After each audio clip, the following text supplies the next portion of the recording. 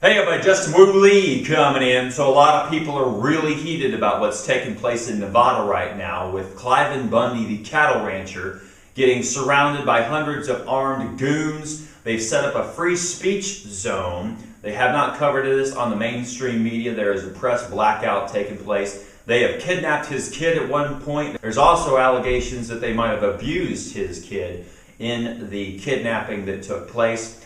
They've also been stealing his cattle for a few weeks now, and all over the false narrative that they're trying to protect an endangered tortoise species, which is complete bullshit. And if you even think that that's the case, I would like to remind you of this coming out of 2009. In the Central Valley in California, this is some of the most fertile farmland in the entire country and helps sustain the entire country in terms of food, and what has become ground zero in a battle between environmentalists and whether or not the farmers in the Central Valley here have water. Ladies and gentlemen, this has become a dust bowl. And we came here tonight with a message for Washington and President Barack Obama. Please, for the sake of the farmers, where unemployment is now near 40%, please turn this water on now. Hope is in the future. We are hungry for change. We will transform this country. We are ready to believe again.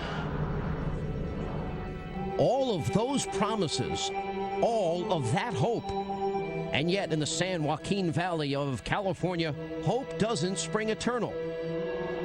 This land was once considered the breadbasket of America.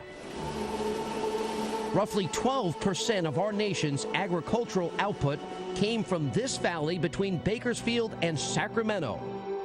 But everything has now changed. Today, their water is gone, shut off by the government.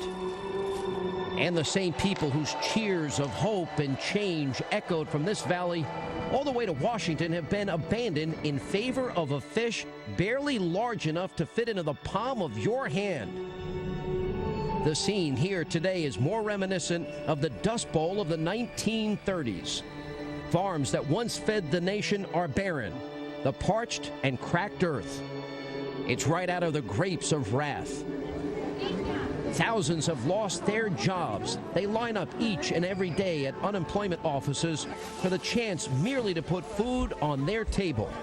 Oh yeah, now that's some grade A environmentalism right there.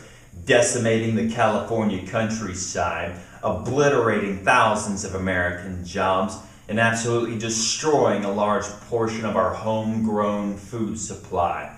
A+ for you environmentalist fuckers out there. So if you think this Clyde Bundy issue is about a fucking tortoise, you best take your head out of your ass. And a lot of people in my circle are ready to roll out to Nevada right now, locked and loaded.